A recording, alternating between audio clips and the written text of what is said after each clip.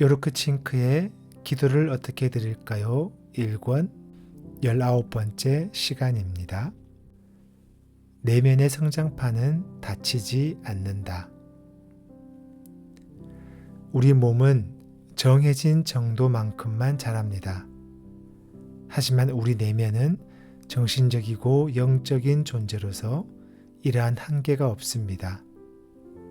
인생의 마지막 순간까지 아마 우리 내면은 계속 성장할 수도 있습니다. 나이를 먹는 만큼 말입니다. 성급한 사람은 이렇게 물을지도 모르겠습니다. 대체 우리의 어느 부분이 그렇게 자랍니까? 내 내면에 무엇이 자란다는 것이지요? 어쩌면 그는 허탈해하며 이렇게 말할지도 모르겠습니다. 내가 보기엔 예전과 똑같은데 무엇이 자란다는 말인지 이해가 되지 않는군요. 어떤 사람은 기도를 드릴 때 어떠한 것도 떠오르지 않으며 아무리 노력해도 단지 자기 혼자만 말할 뿐 자기 앞에 어떤 대상이 존재하는지 느끼지 못한다고 한탄합니다. 그는 기도를 드릴 때마다 자신이 얼마나 보잘것없고 단순한 감정을 갖고 있는지 매번 확인한다고 말하지요. 그러나 이런 경험 자체가 자기 내면에 무엇인가가 성장하고 있다는 암시일 수도 있습니다. 왜냐하면 사람들은 대부분 삶을 마칠 때까지 자기 삶이 얼마나 메마르고 황폐해 있는지 모르고 살아가기 때문입니다. 어떤 사람은 자기 생각을 하나로 모을 수 없다고 한탄하기도 합니다.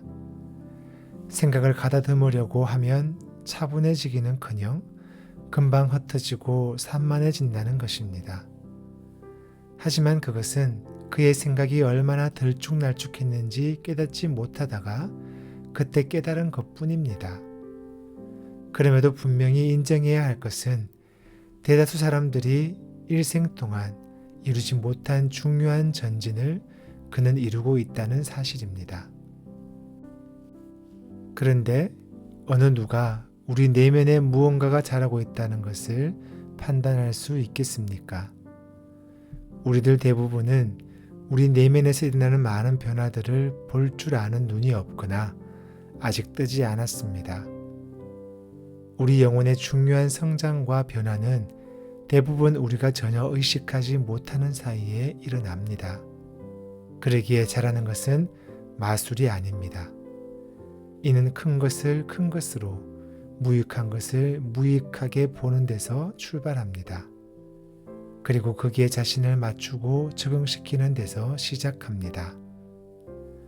자기 자신을 큰 것으로 향하게 하고 작은 것을 놓아버리는 사람은 성장하게 마련입니다. 마가복음 4장 26절로 29절 말씀. 또 이르시되 하나님의 나라는 사람이 씨를 땅에 뿌린과 같으니 그가 밤낮 자고 깨고 하는 중에 씨가 나서 자라되 어떻게 그리 되었는지를 알지 못하느니라. 땅이 스스로 열매를 맺되 처음에는 싹이요 다음에는 이삭이요 그 다음에는 이삭의 충실한 곡식이라. 열매가 익으면 곧 낫을 대나니 이는 추수 때가 이르렀습니다. 요르크 칭크의 기도문입니다. 한마디 말씀을 내 손에 올려놓고 그 무게를 가늠해 봅니다. 그리고 그 말씀에 귀를 기울입니다. 말씀을 듣고 있는 내 속에서 무언가 조짐이 일어납니다. 나는 그 말씀을 다시 내려놓습니다. 그 말씀은 더 이상 전과 같은 말씀이 아닙니다. 내가 귀를 기울여 들음으로써 이제 그 말씀에는 무게가 더하여졌습니다. 나 자신도 이제는 더 이상 전과 같은 사람이 아닙니다. 말씀과 사귀는 것은 곧 노동하는 것입니다. 마치 농부가 땅에 씨를 뿌리며 일을 하듯이 이 말씀은 추수하기까지 계속 자라나고 땅을 변화시킵니다. 거룩하신 하나님, 주님은 나보다 인내심이 더 많으시고 나보다 시간이 더 많으십니다. 주님께 나를 내맡기면 나에게도 넉넉한 시간이 있습니다. 주님은 모든 것을 한꺼번에 이루어내라고 요구하지 않으십니다. 내가 아무것도 하기 싫을 때, 아무것도 할 수 없을 때, 혹은 더 이상 어떻게 해야 할지 모를 때, 주님은 땅에 씨를 뿌리십니다. 그 씨가 내 속에 뿌리를 내리고 자라서 내 삶의 열매를 맺어줄 때까지, 주님의 열매를 맺을 때까지.